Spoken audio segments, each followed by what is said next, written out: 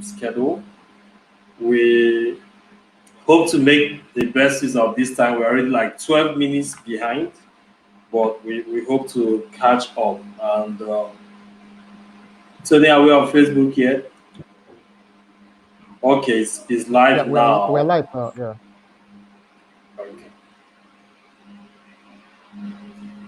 Hi, thank you everyone, and thanks for joining us today at this masterclass. Yes, we call it masterclass because when you have the kind of quality of persons we have sharing thoughts with us, you couldn't get anything better than that. So we have to take it like elevator pitch kind of thing, and there's a lot of information. Yeah, Chema, good to see your face. So, quick one. My name is Dr. Laz Eze, and I'll be co-hosting this with my colleague Tony Amadi. Tony Amadi, maybe you start with introducing yourself shortly. Hi, Tony. Okay, my Hi, name is Tony. Anthony Yeah. Amade, like Dr. Laz has just said. Hello. Yes, we can hear you. Proceed. Please proceed.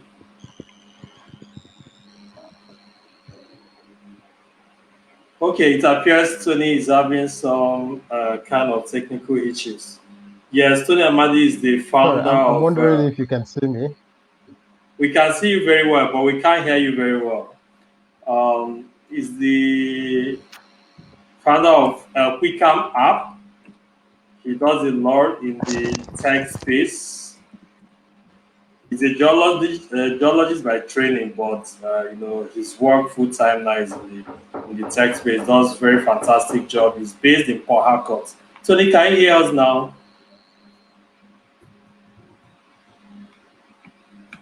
Okay, so we'll fix that. He'll say more to that when he joins us. And we'll be co-hosting this, and we already have our three panelists with very intimidating resume. I would have loved Tony to take off from here, but while we are waiting for his internet to pick up, I'll start with, they say ladies first.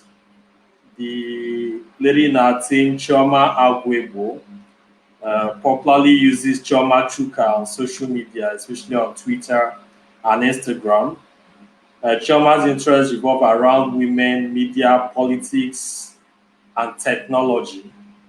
And her strategies advance courses, build businesses, and foster engagement between government and citizens. So she's the founder of Tech RNG, which is an organization that promotes and also empowers women to get active in the use of technology. Tech ING is demystifying technology for women and applying tech solutions towards societal problems, especially as it affects women. Whether it is chaperoning young first-time women politicians, co-creating solutions or gender-based, sexual and gender-based violence, or curating learning lessons on digital security and circumvention, Chema believes that technology that is not applied is not useful.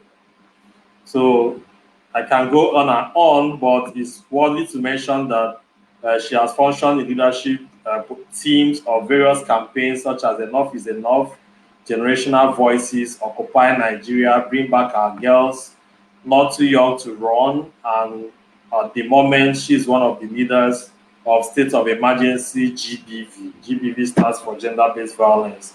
Chioma is also the lead at CC Consulting Services Limited. Chioma, thank you for being with us.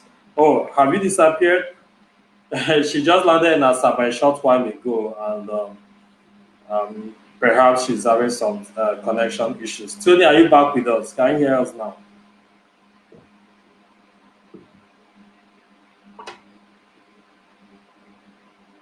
Hi, Tony. Can you hear me now?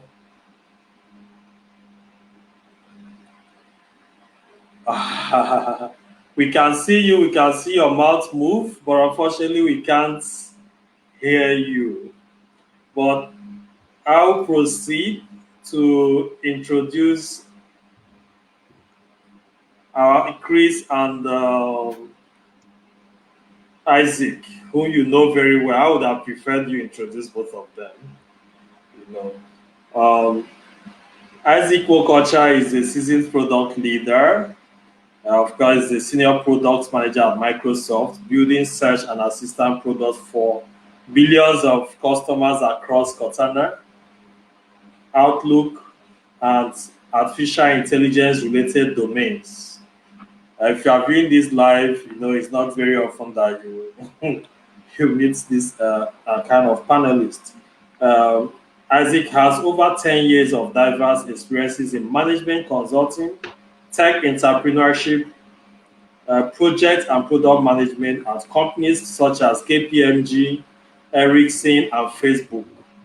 He's a Stanford alumni and expert in product management. When he's not building products, Isaac is helping other entrepreneurs build their businesses. He serves as board member for several startups.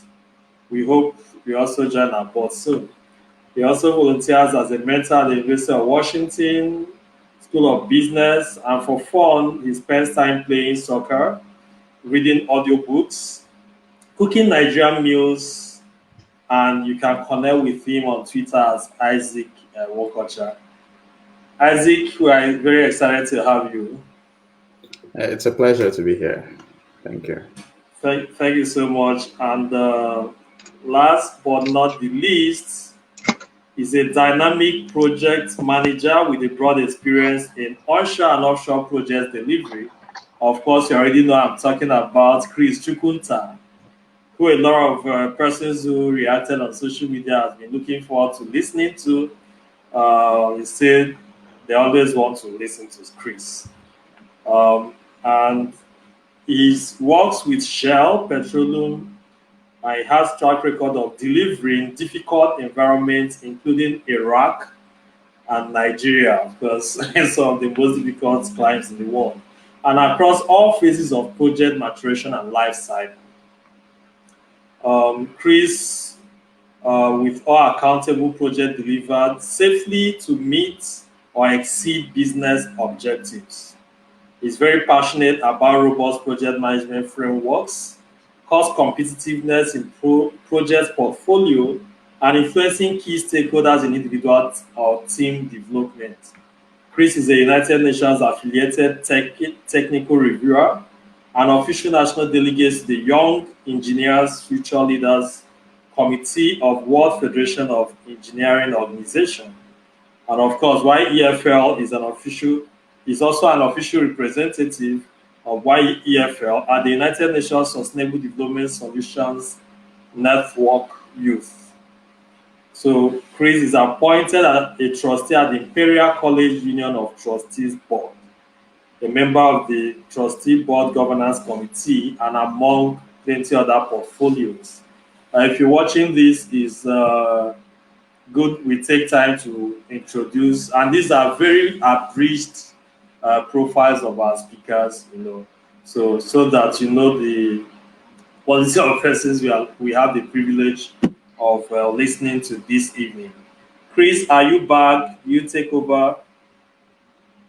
Thanks a lot for having me on the show, Dr. Laz and Tony. And of course, it's a huge pleasure to be on the panel with Isaac and Chioma, who are really very powerful, panelists as well. So thanks a lot for having me. I'm looking forward to learning as well. So as much as I can learn, that's what I'm really passionate about.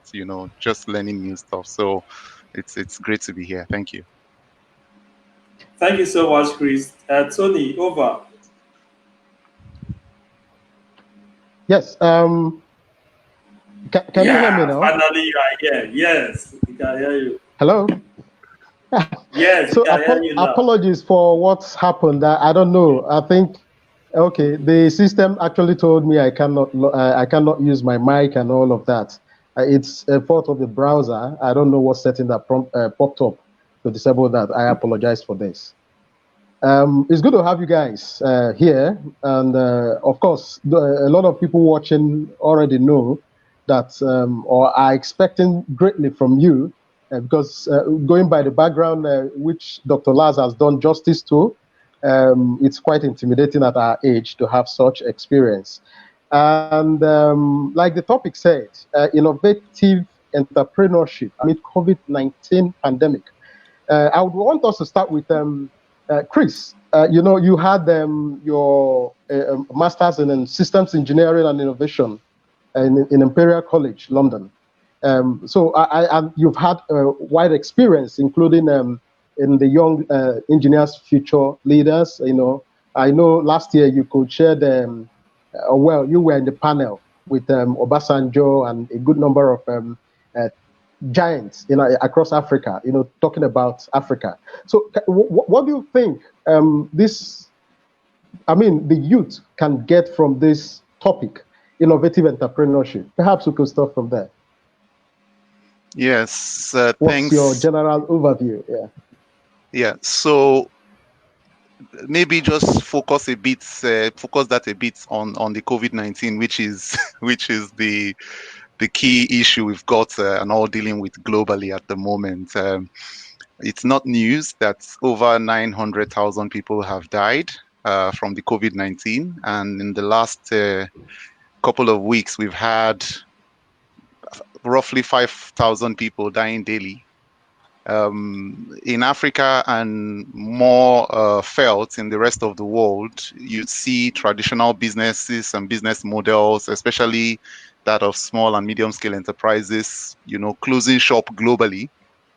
And one of the key elements of that is because they are not able to deliver services in a socially distant manner. Also on the side, as an opportunity for Africa and for Nigeria in particular, you see there's quite a huge repository of human and natural resources. We've got the fastest growing population in the world, mostly young people who are willing and able to work. The last count for Africa were about 1.2 billion people, with half of the population 25 years and under. That's a very strong and agile population looking for opportunities to showcase what it is they've got within them. Ironically, on the resources part, Africa is the richest continent in the world with more than 30% of global mineral resources. But of course, we still hold the poorest of the poor people in the world, and that needs to change.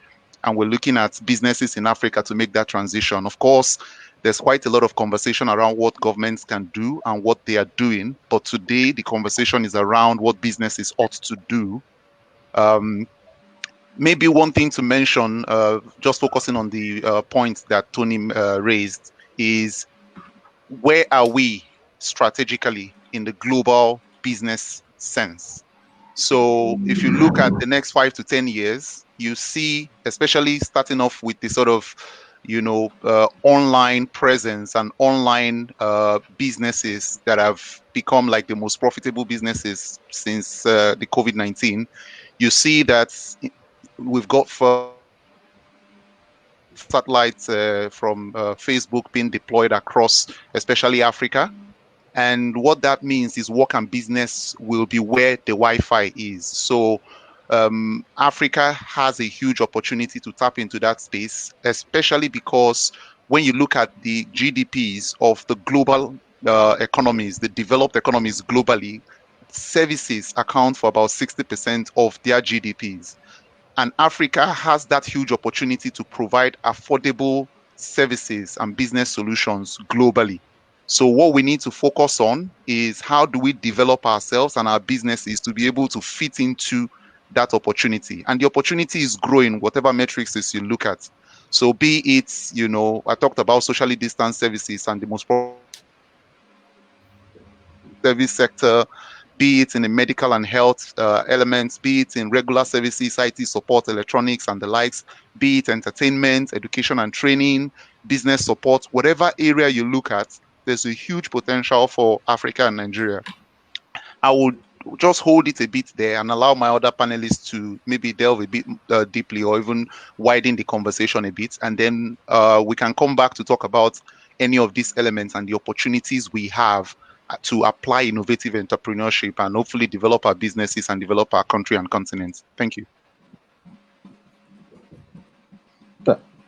Thank you so much, Chris, for that justice you done to that topic. I wouldn't know, Isaac, do you have any contribution to this, or perhaps Choma, you have anything to add? I'm happy to chime in here. So it's I think just thinking back at how the whole pandemic has evolved, it's quite like no one saw this coming. And of course, that's why it's called a pandemic. It's one of those disasters that just took the world by surprise. And literally, within the space of a few weeks, the world economy was more or less crashing. And I think entrepreneurs, just like everyone else, have also felt this, and have had to rethink how they approach doing business in both in a pandemic as well as post-pandemic. And as someone who also works in a big company, multinational, I can tell you that the impact has also been felt like by everyone, literally. And for me, thinking about how entrepreneurs should approach, and people who are, and when we use the word entrepreneurs, I think sometimes we try to, it's easy to box the definition into, oh, I started a business, so I'm an entrepreneur. Well, you can actually be an entrepreneur within a company. Well, some people like to call it entrepreneur. But essentially, the crux of entrepreneurship is applying creativity to build a product or to build a business that delivers value to the customer. The customers can be internal or external. And I just like to clarify that kind of definition, because it helps broaden the scope of this conversation and also helps us get out the best value out of this conversation. In my mind, I think there are three things entrepreneurs and people who are looking to grow and continue to deliver value in this environment need to think about. Number one is the team. Number two is know-how and expertise. Number three is capital. The first part, the team, is I like to tell people that we are in a pandemic and are trying to work. When people are like, oh, this is work from home, it's actually home and you're working. Like, you're home first, because in a pandemic, your first priority is to survive, right? You're trying to be alive. And unfortunately, I actually have close friends, and we all, probably most of us on this call, know who we've lost to this pandemic. So the first priority is to be alive. We're alive, and then we're trying to work. So taking care of your people, making sure your people are able to have that safety as much as they can. And when I say your people, I mean both you, if you're a sole proprietor, you as a person, but if you're building a business or you have a team, you and your team, making sure you give people that flexibility to stay alive. And one of the flexibility to stay alive is, hey, if you can work remotely, please work remotely. If you cannot, what do we need to give you to enable you to be able to do work remotely? Should we support you with internet access? Should we subsidize the cost? All of that stuff. But I think it's very important to think about your people as very critical and vital pillars in this environment, and also very important for turning things around. As the world has changed and the landscape of global business continues to be different given the pandemic. Then the second aspect is also what I call know-how and expertise. In these days of the pandemic, certain businesses have sort of boomed. E-commerce, for example, has boomed because a lot of people are just ordering things online. I mean, rather than try to go and buy things in the store, we have people just order because, of course, they want to stay safe, right? But beyond that, there are also other opportunities that start to spring up. I'm seeing a lot of people doing online classes, right? Taking classes online. In fact, a lot of schools in the developed world, and also in Nigeria, in the developing world, are not having classes in person. Classes have to be delivered over the internet. And that creates a huge opportunity. It gives us an opportunity to build businesses that can address and can help those opportunities. Also, I've also just paying attention to the landscape, I've seen that a lot of people across the world are now open to services online. Like, in the past, at least in the developing world, it used to be a struggle to convince people to do certain things online. For example, to attend a job interview online. It's like, wait, how am I going to attend a job interview online? But these days, I'm seeing a lot of people warming up to that. And to be able to do this, we need businesses to build solutions. There might not be solutions already. They may or may not be, but we need businesses to build those kinds of solutions that can enable everyone to be able to deliver services, to be able to essentially carry out, the rest of their life, essential functions of their life on the internet. And the third part is what I call capital. Of course, during the pandemic, capital flow changes significantly. A lot of investors are risk averse, others are a little bit cautious. But of course, if you're an entrepreneur building a business, you need capitals to stay alive, right? Like, you are fighting to win and to stay alive. So being very prudent on how you spend like the capital you have, looking for ways to build in efficiencies into your business, and also looking for ways to sort of extend the runway of capital you have will be very, very important. So in a nutshell, these are the three things that I would, want people, who are building businesses, both within companies or outside, to sort of think about. And also, these, in my view, are very relevant. Even if you're not building business at this time in your personal life, they're also very important to think about. How do you ensure that you stay healthy? How do you keep your family healthy? How do you keep, people around you healthy? Two, how do you look out for opportunities to actually deliver value that can earn you some profit and maybe build a great business out of? As the pandemic has presented, I like to look at glasses as half full, not half empty.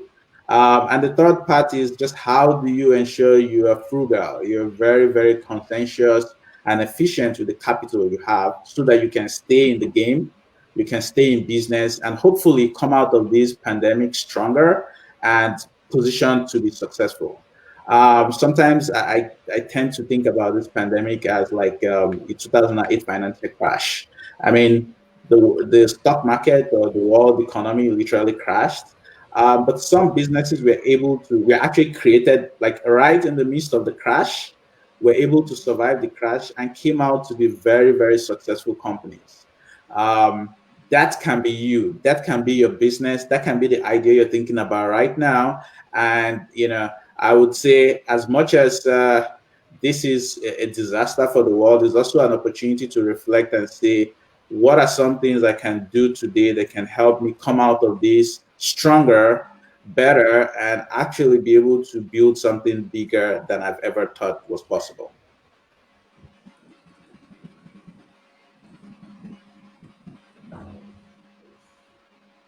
Tony, over to you. Yeah. All right. Thank you. Last, I don't know if you have anything to say. I think they've been doing so wonderfully well, trying to talk us into through the topic.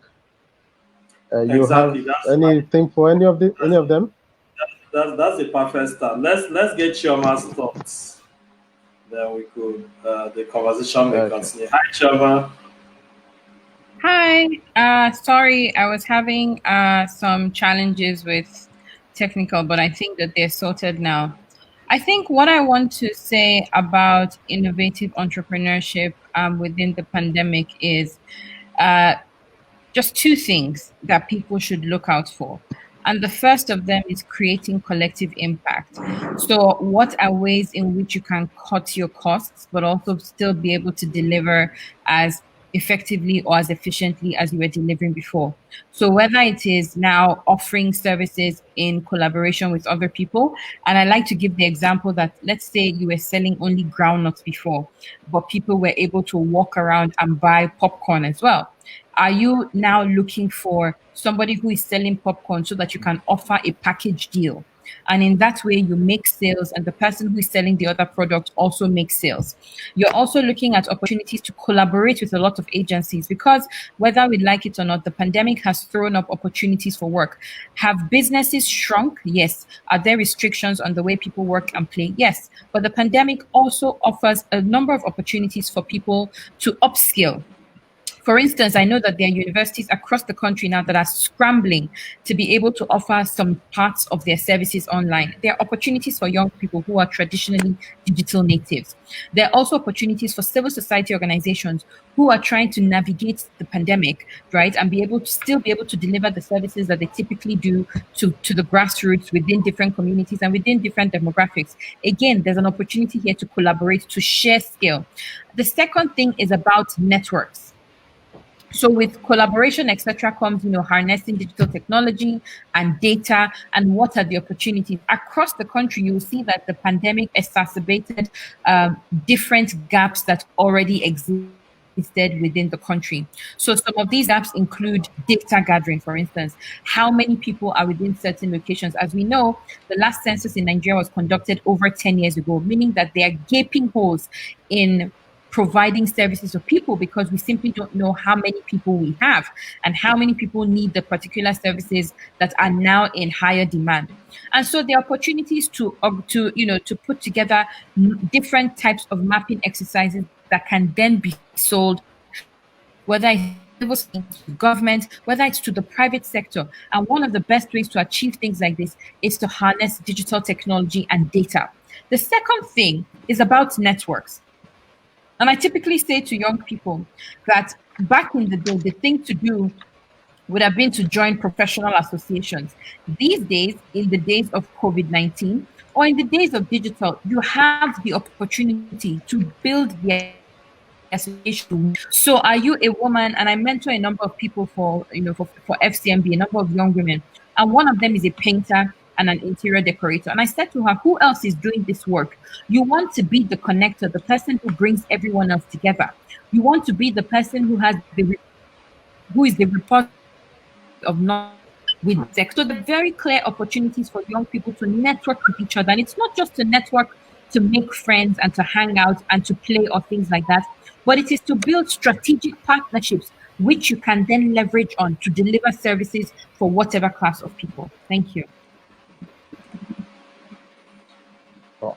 Thank you very much, Chema. Those are very powerful deliveries from all of you, Chris, Isaac, and Chema. So we got there is need to network, there is need to build impact or make impact together, need to collaborate, and Isaac talked about some key pillars.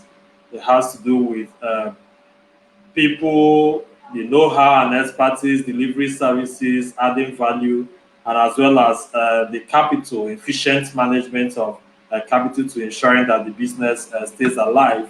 Before then, Chris told us the huge potential and also reeled out a good number of data that 1.2 billion persons in Africa with over 50% being under 25, very young and energetic, and of course, Africa having 30% of global mineral resources.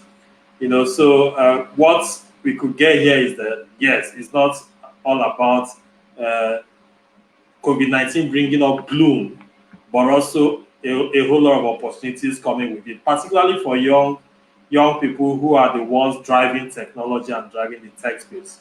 So, Tony, we have just about 20 minutes to the advertised time. I think if you're watching this and you have questions, you could post it on Facebook as a comment, and we are going to read it out.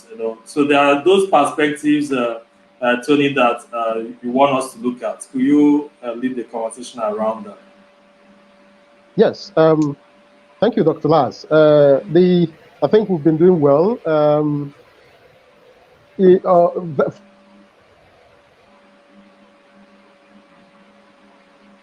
Or talked on the support system there are, but I think I would want us to look at just before we get on to that, to perhaps do a little bit further, deep explanation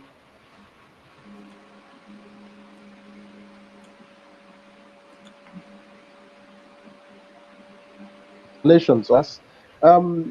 This could be answered by any of the panelists. Okay, how can people actually culture entrepreneurship or innovation? It starts from, of course, you have something to sell, then you talk about entrepreneurship. So it starts from ideas.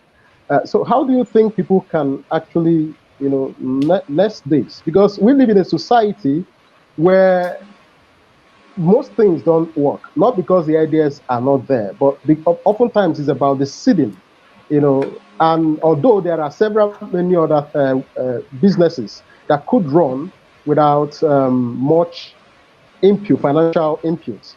But then let's say you have an entrepreneur, with an idea. How can this person nurse it to a bigger dream of him? Possible, or just have it in mind and keep praying? But that's our system, unfortunately. What do you think? Anybody can attempt this. So let me quickly how can we give nurse it, culture it? on this. I think one of my favorite scriptures it says about writing the vision, right, and making it plain. I don't think that a number of us, and I'm guilty of this, to be honest, with some things that I've done in my life, of just, you have an idea, you're very excited, and then you jump at it, right? And you're like, oh, you know what, this is such a brilliant idea, we're going to go out, we're going to do it.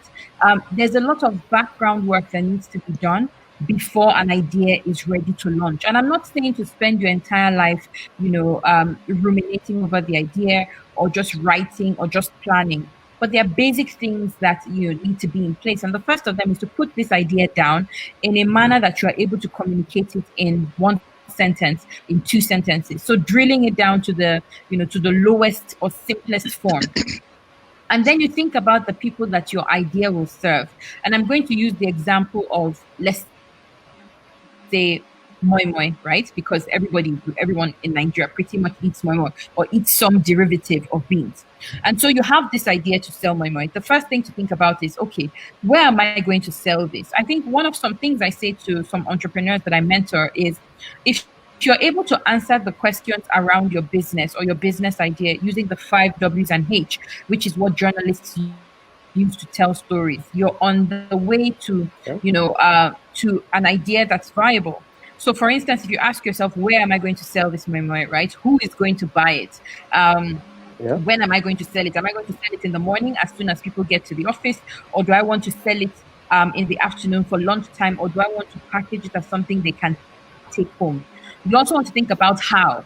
So everybody sells moi moi these days. What is the extra, right? How do you differentiate yourself in a market that is full of people already selling moi moi? Do you want to sell yours in leaves? Do you want to sell yours in nylon bags? Do you want to sell yours in cups? And then you also have to think about what. This is this is your product. This is the product itself. So do you want to just sell moi moi that has fish, or do you want to have like a variety of types of moi moi? So moi moi with fish, moi moi with this, with that, with chicken, with egg, whatever it is. How do you ensure that you have enough varieties to attract your customers, but to also keep them? What also refers to, what are your strategies for selling this? Do you want to do a moi moi Monday, for instance, right, where people can buy one and get one free? Or do you want to have some sort of reward system that when they bought from you 10 times, if they come to you on a Monday, which is your moi moi Monday, they are then able to get a free item, or they're able to, one way or the other, defray the cost of the item that they're purchasing. So by the time you have like some sort of map on the wall and you work through all of these questions, it's basic, but I found that sometimes the most basic, the simplest things are the easiest when it comes to, the easiest and most practicable when it comes to putting businesses together. So I guess that's my submission. Oh, thank you so much, Choma. Okay, I think just. I think Chris, you were going to say something. Yes. I think Choma already. Sorry about that, Tony. So Choma already started, digging and scratching beneath the surface and picking some of the things I wanted to talk about. So I know there were three key points in the invite for this webinar. And one of them is cultivating innovation. The other one is the support systems, which you must already started talking about. The third is how do you sell yourself? How do you market the product or the business that you're into? I'll just spend the next maybe 3 to 5 minutes just talk about that a bit, and of course deepen some of the things that Chioma talked about. So cultivating innovation. I'm a business owner, or I'm about to start a business. First thing that needs to happen is I need to know what my values are. What are the things that matter to me? What are the things I cannot compromise in terms of strategy, developing a strategy? What do I want to achieve? So once those things are clear, the next thing I want to think about is what are the external factors. So, for instance, the COVID-19 realities, what are the other external factors that are currently prevalent? So, government policies and support and the likes. Um, Choma already talked about knowing who your customers are. So, who and what is the target market? And I like to tell stories. So, I'll tell one in a bit. But in the target market, what's something just comes to mind. One of my professors in systems engineering at Imperial College once gave a very interesting illustration where a guy who had a fantastic solution approached one guy and said, "Hey, I've got this fantastic solution I've made for you." And the guy he approached was like, "But I did not know I have a problem." So solutions addressing a target market is one key way to get yourself out there and get value back. But more importantly, the new models that have been developed that are targeting solutions that have or problems that have never existed. So businesses are beginning to sit back to develop use cases that make things easier, more nimble, more efficient, more affordable. A good example is Apple. That's their business model. Um, I think one other thing that Choma talked about that's very, very important for anyone who is looking to make the most of the COVID-19 scenario, and of course, build a solid business is you need to be able to differentiate between being busy and running a business. They are two different things. So, and this is where I'll tell a story. Um, I I work with Shell, and I usually start every conversation I have with whatever I say on this webinar is just my opinion and not the opinion of Shell. Just wanted to put that out as well before the end of the webinar. So I was working in the Middle East. I was posted to the Middle East to work in Iraq, and sometimes having to work from Dubai because I've got engineering contractors there, and I work half the time, so I spend half the time with my doing my personal stuff. So, and I'm not the type to sit back and not make the most of any sort of free time that I've got. So I started a business in Canada. I started a company in 2008 called Innovative Energy Solutions. Basically, the first products, we've got a line of products in view, but the first product is a solar, wind, and storage solution. And first thing we did was to do a market survey, which showed that people had that solution, but not the integrated and total solution that we're offering. So the key differentiator for people was a total solution. They wanted the total solution going from installation to servicing to decommissioning, everything that had to do with working on that system. They didn't want to have anything to do with it because they felt it was a niche area that required a bit more expertise. So we wrote up a business plan. I actually wrote up a business plan with a few people, and I'm going to come to that, the support systems. And we had two options to meet to serve that total solution that customers require sustainably. One is to sell that solution one-off payments, or to do a pay-as-you-go system. So when we did our calculation, we realized that for us to be able to meet customer requirements and client requirements sustainably, we needed to sell 80% of whatever it is we're doing one-off. So people had to pay one-off. 80% of the people that we're going to be serving need to pay one-off. Otherwise, it's not a business. We're not going to remain afloat if we run fully pay as you go or anything less than 80% one-off payments, irrespective of scale. So I had to tell that high level story because the understanding of the end-to-end value chain and the planning of it for your business, starting from the upstream side, who are your suppliers of the things you need to get your product out there, to get your thing going, and what's the mainstream processes. What do you have within the company to run stuff and make things work? And then the downstream side, who are the guys that are going to be using your stuff? The estate managers, for instance, in the case of this power solution, or the communities that will be deploying the solutions to. So those things you need to think about end to end before you launch, right? The second thing that Chioma started talking about is the support systems. One of the things that come to mind very quickly is Thomas Jefferson, the third US president, when he said, uh, in matters of style, swim with the currents. In matters of principle, stand like a rock. Be very strategic. That's what a summary, that's what it is. Be very strategic in your business. Look at and align your business with current trends and do that early. So if there's a government policy direction, for instance, the Nigerian government is massively supporting anything agriculture. So how do I align my business to get value from the current policy direction of the federal government of Nigeria? That's the question you want to ask. The other question you want to ask is, what are the raves of the moment? What is raining? What are people talking about? What are the realities? Like for COVID-19, there are quite a number of businesses I can run through. I actually thought about it before this call, and I had a long list of businesses that people could potentially go into and make the most of as a result of the COVID-19. Huge opportunities. So, what are the possible opportunities that will get the most value based on what is currently happening and that are sustainable for the long term? So in terms of support systems, who are the people you need? What sort of networks and partnerships do you need to get the most of your business and get value back? A friend of mine developed an app, Schwab 8.0, an educational management system, and schools don't even know it has this fantastic solution. So especially for the COVID-19 pandemic. So how does it get out there? So that's the third point, marketing. But before marketing, mentorship. If you know anyone who has done it before and you're lucky to share the same values, please, by all means, reach out to them. You will grow faster. You will save a lot of yourself a lot of pain and heartache and pitfalls if somebody that has done it before is there holding hands and having conversations with you. Marketing, how do you sell the idea that you've created? If you've got an idea, an app, a solution, a project, how do you sell it? So make sure you give yourself some airtime. If you don't know what to do, I mean, if people don't know what you do, there will not be an opportunity for them to benefit in that thing that you're doing and that value that you're going to be giving back to the community. So, by all means, post yourself on social media, post your business on social media, run ads on big platforms, Google, Facebook, LinkedIn, Twitter, Instagram, start a YouTube channel. Make sure people hear about what you're doing. Go out as well and connect. Go out and connect. And going out to connect doesn't mean going out to have a party or going out to have meetings with people in this COVID pandemic season. No, it's trying not to be shy. There's something I always say: you are at most 3 connections away from anybody in this interconnected world.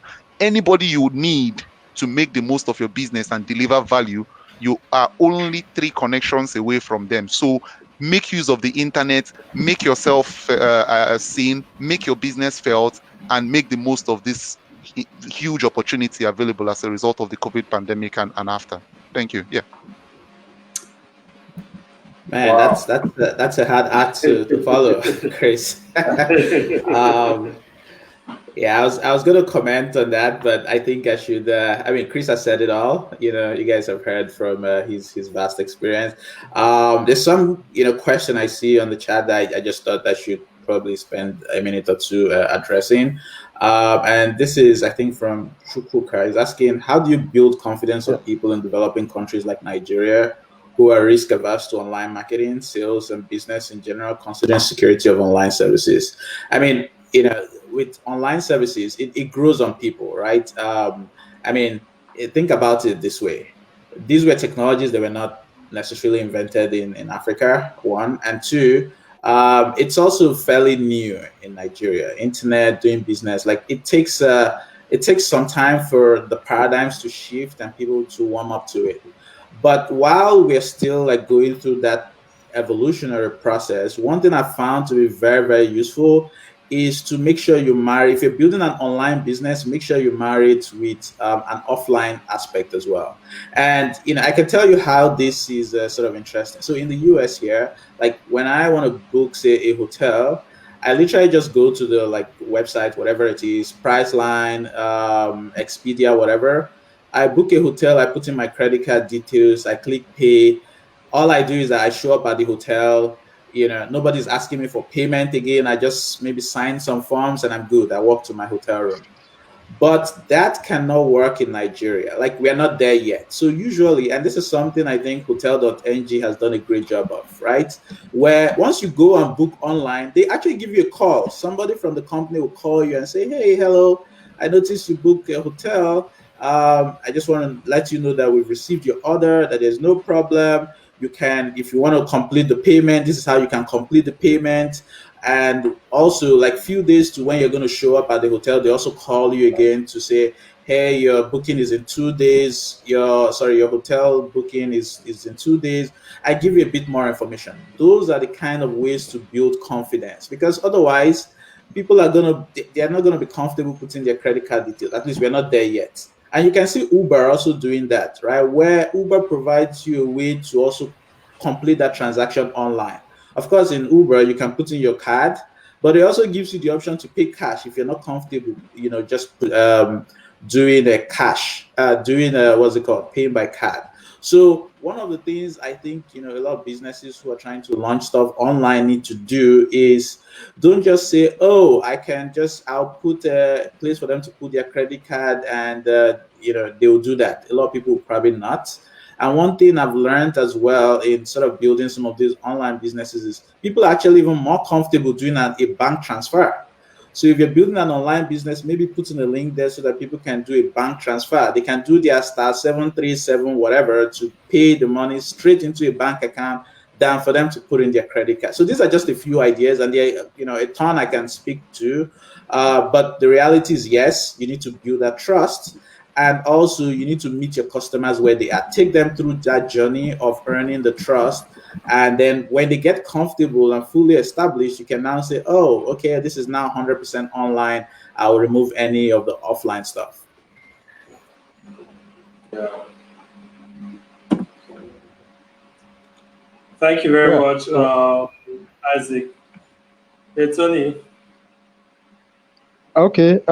Thank you so much, Isaac, Chris, and Choma for the wonderful speech so far. I think there is a question for Choma here from Sem Chukwuka. He says, I didn't quite get the distinction between the what and how. Kindly re-emphasize. I think this, I don't know if you can understand this, but I think Yes, I do. I had talked about using the 5 W's and H in planning for your business as an entrepreneur, right? So I talked about the 5 W's and H are a tool that journalists use to tell stories. And I have a training. I'm a trained journalist. That's my background, communication, etc. And I found that in training entrepreneurs these days, getting them to articulate their businesses using the 5 W's and H is kind of like a basic first step. So sometimes when you tell people the ideation stage, the conception stage, the beta testing phase, it sounds abstract.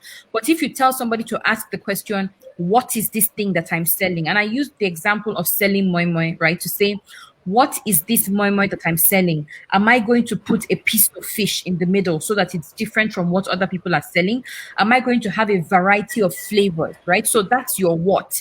And then your how is, how do I want to sell this? Am I selling it in leaves for the flavor? Am I selling it in nylon bags? Am I selling it in cups? Do I want to sell it in the morning hours so that when they come to work, they eat it? Or do I want to sell at lunch, or do I want to sell for them to take home, right? So your how can also be, do I want to package in bulk? So I'm selling for people to take home and freeze as opposed to them eating it in the office. So just answering the questions. One thing I've learned is if you have a big sheet of paper on a wall and you write out all of these questions, get maybe one person or two people and all of you put out all of these questions at the same time. Just take like 15 to 30 minutes and just write and write and write. By the time you have successfully answered all the questions that you threw up, you're on a very, very solid path to putting out a business that is well researched, that's very well thought out. That's what that was about. All right. Thank you so much, Choma. I hope Chukwuka understands it now. It's a minute past 6. We were supposed to end by 6, although we started late, about 10 minutes late. So Apologies once again to our viewers for that for starting late. Dr. Lars, you think I think we Yes, should draw the please. curtain here because they say agreement is an agreement, right? So I don't know Yes. what from your end. What do you Uh, think? we could give 2 minutes each, for parting shots. But I think it appears there's a new question.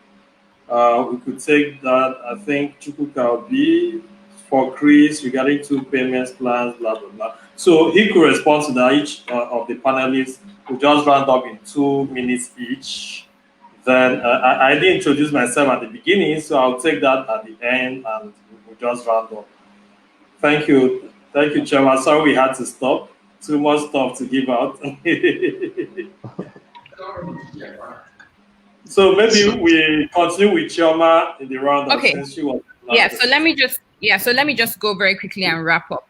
I think for me, ultimately, for entrepreneurs right now trying to survive in this pandemic, you should be thinking about one, how do I reduce my costs? Two, how do I increase the networks that I belong to?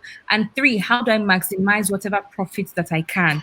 And I mentioned earlier about collaboration. So offering package deals as opposed to individual products and services as a way to, charge more, but also provide as much value as you can.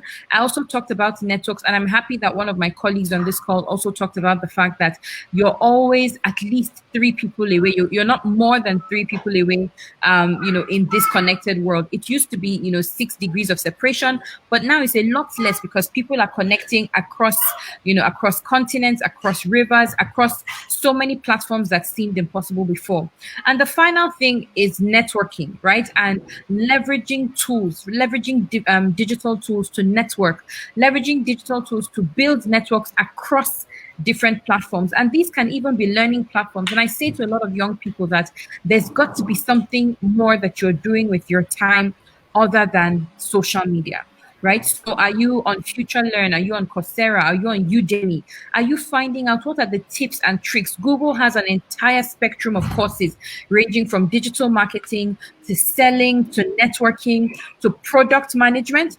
So these are opportunities for young people to take advantage of free tools and free certifications. Pretty much a lot of people have first degrees, a lot of people have master's degrees. So it's skills now that will differentiate people. And so I'm urging everyone who's joined this live today to focus on adding skill, to focus on collaboration, and to focus on networking as a way of managing and surviving within this pandemic, but also thriving because we're not just supposed to, survive, we're supposed to thrive. I wish everyone the very best of luck. Thank you so much to Dr. Laz and to Tony for hosting all of us this evening. Thank you so much.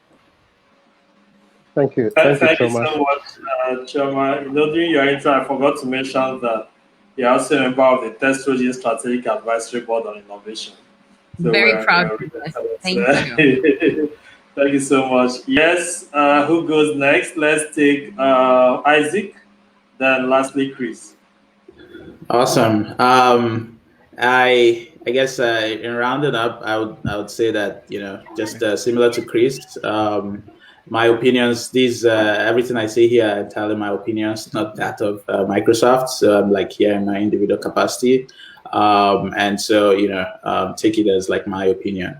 But also to underscore that we like Africa is blessed. I mean, it's easy for us to look at all the things that are not working, but I can tell you for free that we are blessed. We have, you know, in terms of population, we have the largest population of young people, compared to other continents in the world.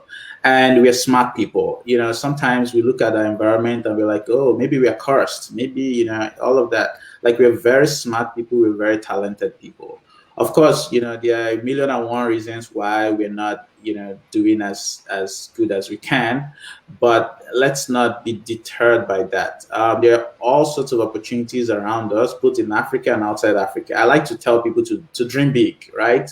It's good to start small, but also dream big. Like, I mean, what else? What else do you want to dream about if it's not big and the best, right? So it's I've seen a lot of people who do like really cool stuff, And I've admired that. And I've also loved to work with entrepreneurs. Like I literally volunteer my time to advise, to work with entrepreneurs, building some solution or the other. I mean, I'll tell you for free that I mentored one of the kids who built one of the apps that a lot of you guys use for your banking solutions, hosted by one of the biggest banks in Africa. And it's just been a privilege to be able to to support and to contribute. And if there are other people as well who are sort of building one product or the other and are interested in connecting with me, you can reach out to me on Twitter. I think that's one of the easiest way to reach out. My Twitter handle is at Isaac Mokocha. Send me a DM, follow me. I share lots of stuff, and I'm happy to work with you. I'm happy to talk through what you're building. I'm happy to also find ways to be helpful one way or another. But the future is ours. We are born in this time and place. We did not choose any of these, but we can make the best out of it. And I just want to encourage everyone who, probably the pandemic has been brutal to you one way or another. Acknowledge that. And I also want us to look at, and hope for bigger things and to continue to dream big. Don't give up. And hopefully sooner than later, we will get to the promised land. Thank you. Sooner than Thank later, you. we'll get to the promised land. No better way to wrap up, Isaac. Thank you so much. And also, I'm sure everyone listening will be very glad that they can reach you through your social media platforms. Yes, Oga Chris. No, I'm not an girl, please. You guys, I'm learning quite a lot from the conversation. I mean, Isaac is super loaded. Choma is amazing. So it's fantastic to be in the same panel with these great guys. Yeah, so I'll quickly answer the question from Chukwuka, which is the question around the business model that I'm running with Innovative Energy Solutions, and that is the payments option. Basically, we had that well researched, and we actually tested that as well. And basically, the solution is tied off to the availability of investment capital with banks. So we've seen that banks are very open and happy to lend to builders. So if you've got an estate you want to build, they're happy to lend. But we're not looking at that as a value proposition. We're looking at the users, the end users, as the potential value proposition, and that is where people go to banks to get, for instance, a mortgage if they're going to get a house. The number of people doing that is like the highest ever in all of Canada for obvious reasons. They've opened up the borders to new entrants like myself. And what you see in that space is once you can access the capital and you can pay that capital over 25 years, then if the house is, for instance, 500,000 Canadian dollars, you wouldn't mind adding 30,000 on top of that to get a power solution embedded. And that's going to, knock off quite a huge part of your power bills for at least the next 10 to 15 years. So if you think about it from that perspective, that's the value proposition. To round off, I hope that answers the question, Chukuka. So to round off, there's so many ways one could round this conversation up, but I'm looking or thinking about the most valuable, would I say, what I think is the most valuable way to do this for most of the listeners. And I'm thinking maybe just run through my view, just looking through the internet and looking at what's the current trends, the most profitable businesses to actually either start or align what you're currently doing into at the moment. So I'll just run through them very quickly. One is as a matter of principle, try as much as possible if you're starting or running a business for the next 1 to 2 years to make that solution a socially distant solution, socially distant services. So one of them is food services. If you can, provide drive-through solutions, catering, delivery, online coaching for people who want to cook from home because people are working mostly from home, that would be a fantastic opportunity. Medical and health, COVID-19 testing and tracking, it's a fantastic opportunity. Of course, most of you know about Worldometer, the kid who built Worldometer. I mean, that's a story I don't have the time to get into right now, but that's a fantastic opportunity there. It's going to help quite a lot with the data gap. And of course, Choma mentioned that already. Childbirth and childcare. So if you have apps, if you have ideas that would help, at least I'm going to say something funny. People will begin to see the impact on family and population, or the impact of the lockdown and working from home on the population in the next Q1 and From Q2 2021. So there will be quite a lot of childbirth.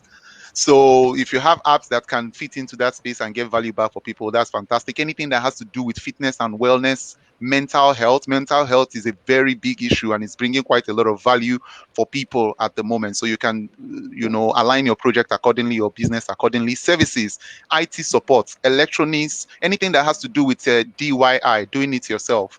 At home, people are mostly at home. Things are getting broken by kids, and people don't want to go into homes to go and fix those things that much. So, if you're able to develop DIY solutions, coaching for people to do repair of household appliances, including electronics and auto, that would be a fantastic opportunity there. Entertainment, people are bored, people are tired of staying at home. We all miss the physical interaction with others. So, children, really bored. Adults, oh my goodness, they are losing their minds. So if you can develop solutions that can connect people, and that would be a fantastic, especially entertainment platforms and apps.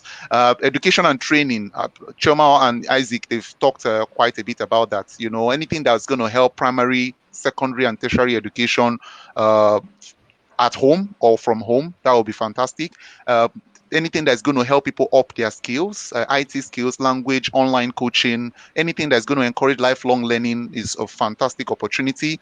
Maybe I'll stop with this one. Business support. People are working from home. If you have opportunities to roll out your business or align your business with co-working spaces, virtual assistants, content developer, be it social media or rather business docs, that would be fantastic. Investment management, marketing, copywriting, editing, bookkeeping, and account. There's quite a number of things you can get into, or at least create another value chain within your business to address, and you would not regret it. So on that note, I would just draw the curtain and really thank the organizers. Thank you so much, Dr. Lars, and thank you, Tony, for having me on this. I've learned quite a lot, and I'm really super excited to have been part of this. Thank you. Thanks a lot. wow, Tony, maybe we should have asked people to pay for this thing. Honestly, when you have the great minds like Isaac and Chris, I call him my boss. Do justice to topics like this. You wish it never ends. Choma has also done. It's very unfortunate that she has exited the scene, but yes, we really appreciate you for all of this. Honestly, somebody. I see somebody saying great business ideas. Chris never thought of the opportunity in childcare services. Quite a lot, and you've taken time to list the much. I hope with time we could come back to having more of these discussions. And what do you think, Dr. Lance? Because honestly, the more we talked about the different subtopics under this innovative entrepreneurship amid COVID-19 pandemic, the more there are things to still talk about. Like the last thing that Chris started, it's a topic of its own. Talking about the areas people can look at. And Ziki also mentioned mentorship program. I know he's a board advisor to Nest Square and Hugo ML and a whole lot, I believe. So these are perhaps we are begging you anytime we call on you again, please avail us this time to discuss more on this. It's a pleasure, Tony. It's a pleasure. It's a pleasure. It's an honor, to be able to do this, and I'll definitely make myself available as much as possible and needed as well. Thank you so much for that commitment. Yeah, Tony, while this was ongoing, some ideas came to my head. Okay, could we have like a quarterly kind of mentorship program or this kind of conversation and all that? But we're going to talk more about it. We've spent an hour and 3 minutes, and when I was calling you to talk about the QuickArm app, your audio wasn't allowing you to talk about it. Perhaps we could use like the next 5 minutes or thereabouts. You talk about the QuickArm app. I talk about the Testrogen Hub, and I will run it up. Thank you. Okay, thank you so much, Dr. Lars. Actually, the idea behind Quickam, it's from the name, quicken things, you understand. We all know what our system is turning into, the emergency section and all of that. You know how fire raises down places, markets, and all of that. You know how the insecurities skyrocket, and oftentimes some of the remedies that are in place don't get called up on time. Like in Quickam, one of the things we've developed is, or part of the app talks about or deals on emergency. Now, at every point in time, irrespective of where you are, whether you can, if you can access network or not, you could get the closest emergency response unit. If you talk about police, for example, wherever you are, even in the remote areas, unmapped areas, and all of that, if you click on Quickam, it should give you the closest police unit, and the state-controlled number. These are, of course, every state has its own control number according to the police force. Although these things are online, but how many of them would you say? And how would you even access some of the units in an unknown place? So Quickam helps you get access to the closest units, police, vigilante, the hospitals, the human rights, and all of that. It gives you access to them, very quick access to them. That's the emergency part. And there are other services. It's a way of growing services. Now, Chris talked about people being at home and a system that could help. What if I know that instead of going around to look for where to get haircuts, I could just dial and see, salons, and make a call. What if I get to know that even though I can't access network anywhere, I could still search for the hotels close to me? What if, these are the ways of making life easy for users. You could make your discussions even before proceeding. Like I called up, I was the dry cleaner I use was unavailable for some days. I didn't know how to go about it. Of course, you could get some of these things online, but Quickam gives you at an instant and then tells you how they act, starting from the proximity now, telling you how close each of these services are to you, giving you the contacts, which rarely you find on the internet, because we are dealing with them directly, giving you the contacts, to call and then negotiate if possible. That's what Quickam is helping us to address, and it works in the entire Nigeria. In Nigeria, it works even without a network or internet or even your SIM card. But then outside Nigeria, of course, you need a network. That's the level we are at the moment. Thank you, Dr. Lars. Wow. So the solution a lot of persons are looking out for, many of them are already provided by Quickam app. I posted it Yes. on the comment section in case you don't know the spelling. It's Kwikam. Quickam. It's from Pidgin English of the quick. Yeah, quicken things. Kwam. So thank you so much. Yeah, the Test Engine Innovation Hub is a partner on this, and the idea of putting this together just came. Tony and I met not too long ago, sometime this year, and it looked as if we've known for over the past decade because we always have to share ideas and we align on almost everything we have to discuss about. And I couldn't have found a better partner, to getting this done. He did most of the work, So thank you, Tony, for Thank you. all you did to put this in place. So our test Trojan hub is a hub in Abakaliki, Ebonyi State.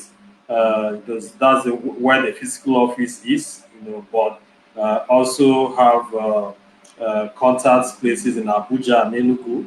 And it provides services around anything innovation. Of course, we are in the 21st century and it's very difficult to talk about innovation without talking about technologies to drive that, But We know that innovation is not only about technologies. There's also social innovation, and innovation is just about doing something new or doing something differently, something that already exists, but you just find a way, that is better than the other, something that makes it much more appealing.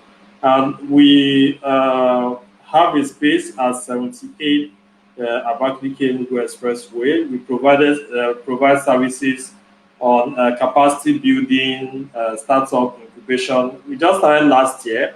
Many of these stuff we've not fully activated, like the startup incubation. But next month is the Nigeria Innovation Summit, and sometime this month we are going to have some kind of fair to identify some innovative ideas within Ebonyi and the southeast, especially, so as to project them at the National Innovation Fair.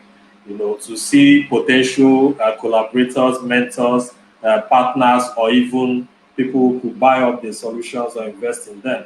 At our hub, we have a co-work space, and we have highly technical software experts that develop applications, that teach coding, develop website, build websites, manage social media, and a whole range of services.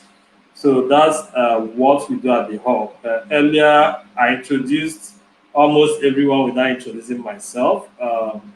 I'm a medical doctor and with specialty in health policy and management. I do a whole lot around the public health space, but I'm someone who has a lot of talent, and sometimes I feel I will not be fair to God if I don't take advantage of some of those talents. So someone may want to ask, what am I doing in the tech space, and what am I doing in this entrepreneurial space? Everything we do in life has a relationship to health. If you create wealth, you'll be happy and you'll be healthy.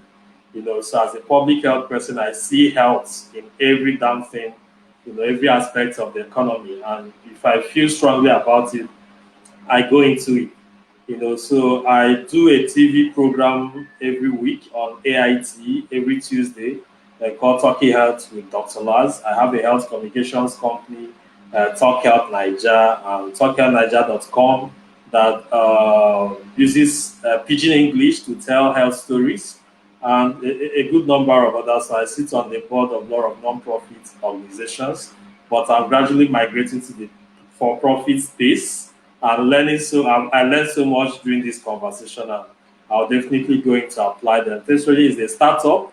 Talking Nigeria is also someone is a startup. So I just left resigned from my non-profit jobs earlier this year, and learning the ropes within the for-profit space. Hopefully, with the likes of Chris, Chioma, and Isaac, Tony, and a lot of fantastic persons I have around me, I'm going to become an expert very soon within the entrepreneur and business space.